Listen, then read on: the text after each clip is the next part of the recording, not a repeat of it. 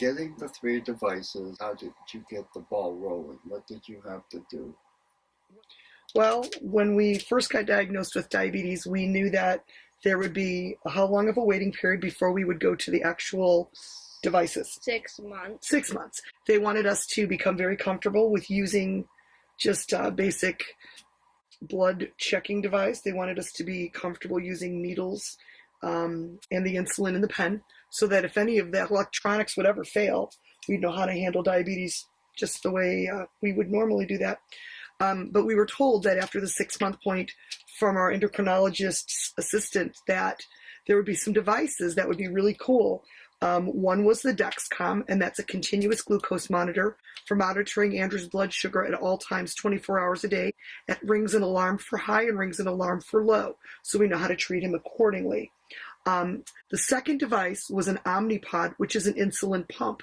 And what that would enable us to do is to keep Andrew's insulin level at a pretty stable level. Right now, with just doing the shots, we take 2 different kinds of insulin, and our diabetes numbers fluctuate so greatly.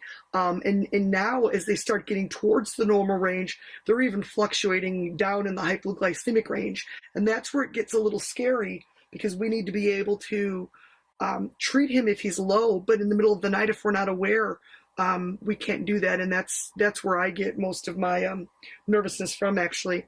The third device, which was supposed to be processed for Andrew, was a T-Slim, which is also an insulin pump.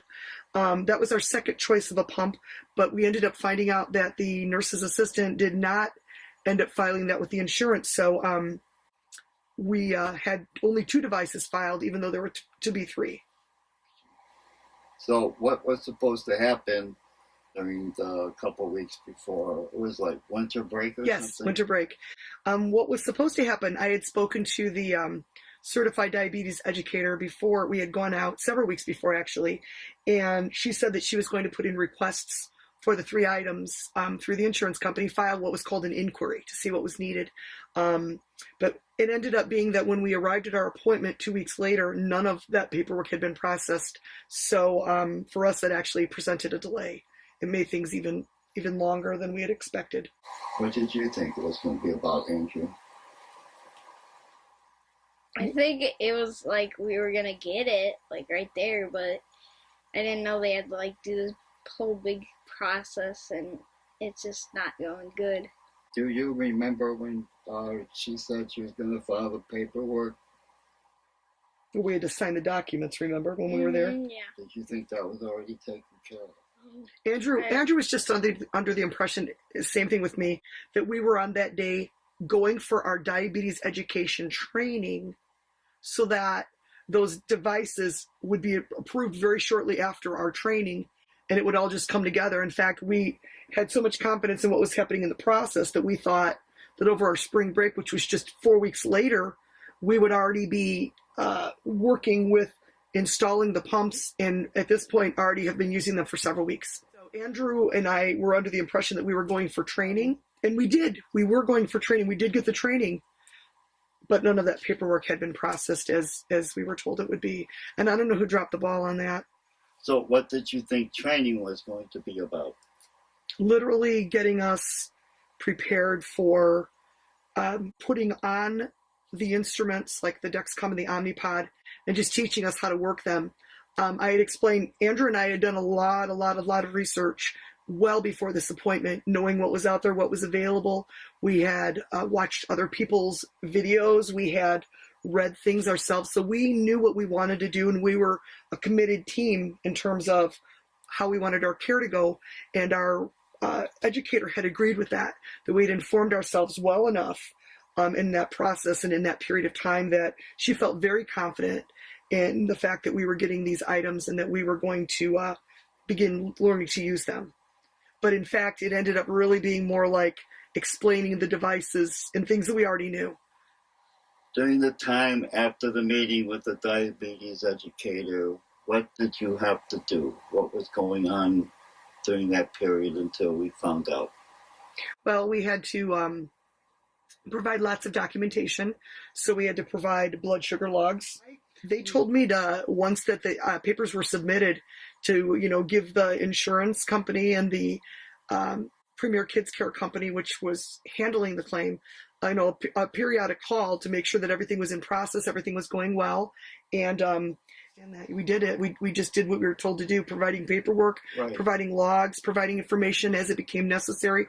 As they needed information, they'd tell us. How did you keep up notice or contact with them, making sure that the process was moving forward? Oh, I would even call our endocrinologist's office like every week and just ask how the process was going. And I would call the insurance company to make sure that they had everything they needed. And I'd even call Premier Kids Care to make sure that they had everything they needed as well, all of the documentation. There was one point where the insurance company denied it.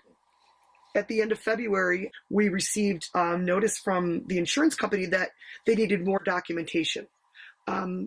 So I basically called the endocrinologist's office and made sure that I get them the information.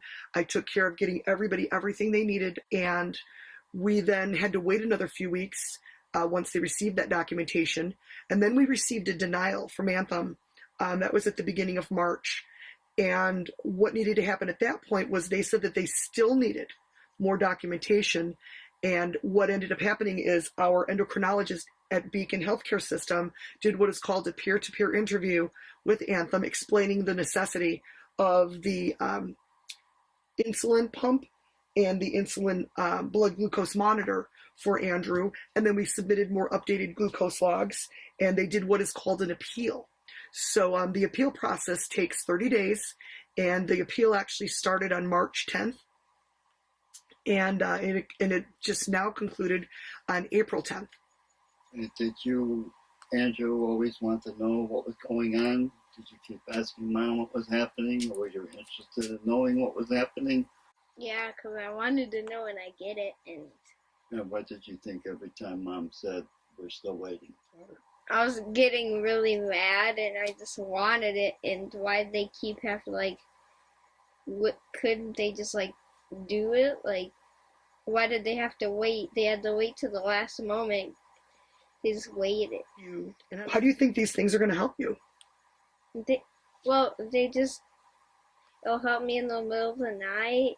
If I'm high, just take insulin. I check my Dexcom, and then I just enter.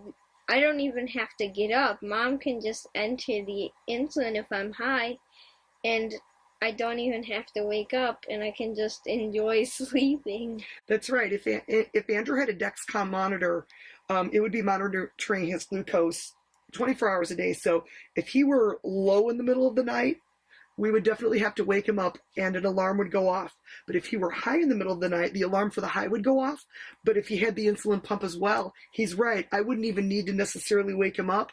I would just punch in the insulin dose that's needed, and that would help us out a lot. And on Thursday, our Premier Kids Care had filed a new request for the same two devices with the most current blood sugar readings, which are starting to become quite low. So they wanted us to have that documentation to provide that. And we called Anthem Insurance Company on Thursday. And what did the lady tell us? We had it on Friday. No, this was Thursday. They said that everything was all in and everything was good. And then on Friday, they said they didn't have it. They didn't have any record of anything ever going through again, even though the representative on Thursday said she had all the paperwork from the refile on the 10th of April when everything was denied, and everything was good and everything was set. And I said, well, how long will that take to get everything going? She goes, well, we might be able to start mailing things out in 24 hours. And then the next day the lady goes, we have no record here of anything like that. And that's been happening with the insurance company all the time. I'll call and I'll get one question and then somebody will answer a different question. So on April 10th, when I called in to check on the status of our applications and everything, they told us that the decision to deny all of Andrew's medical devices was being upheld. In other words, we would not be getting a Dexcom, nor would we be getting an Omnipod. I did not expect that outcome in any way whatsoever, considering we provided all the information. I expected us to be able to get some sleep and have a little peace in our How do lives. you feel about that, Andrew? But I think they should just say, should we allow this? Should we pay for that? And then it just goes through, and it should take like maybe like 20 minutes. Yes, because diabetes isn't like, it's not one of those things that's just going to go away for Andrew. So once we received the denial, it was kind of like a head spinning kind of day. It's actually a very sad day, actually, because we had just hoped for some help with Andrew's condition. So We've already had to wait 3 months, and as 3 months go by, things certainly are not getting easier. In fact, we tried calling our insurance company and calling the HIPAA officer at Anthem.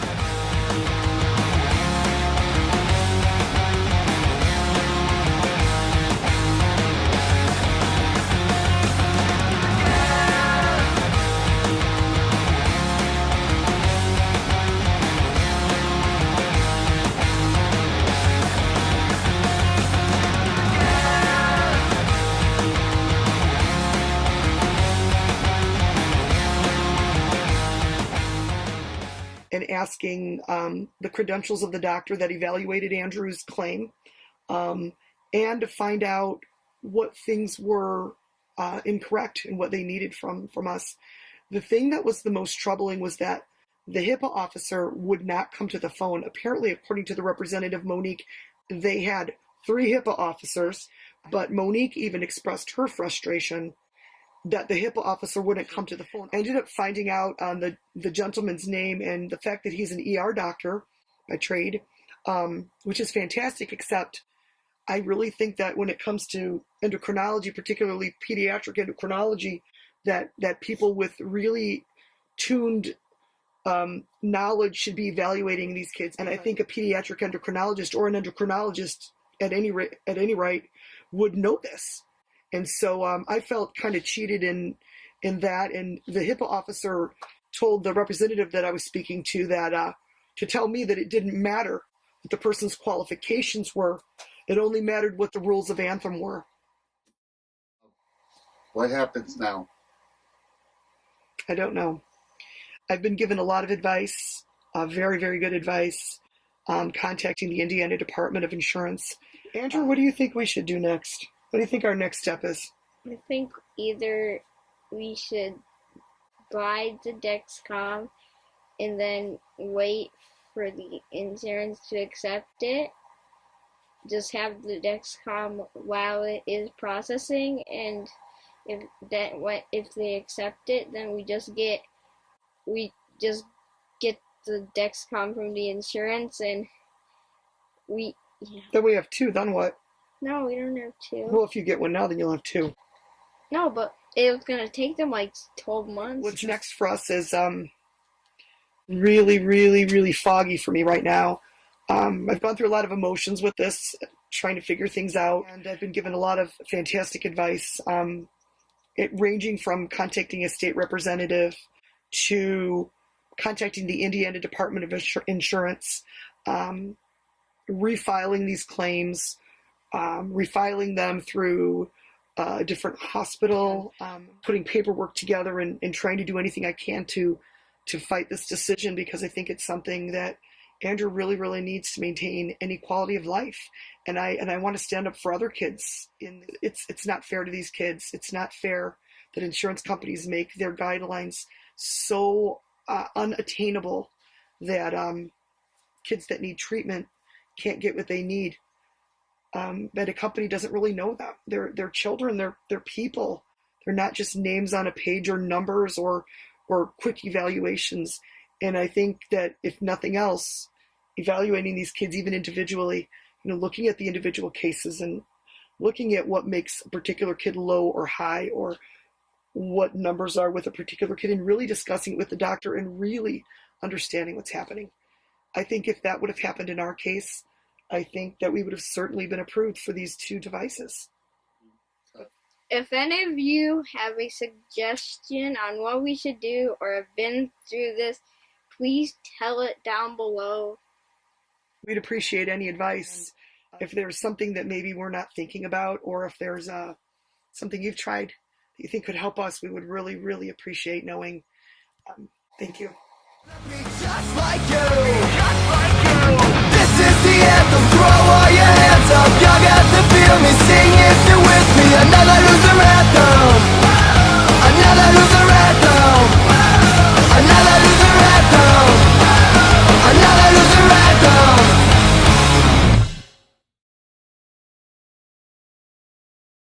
Oh, pediatric. So yeah. Take 3. Take 3. Why did you have to get transferred again?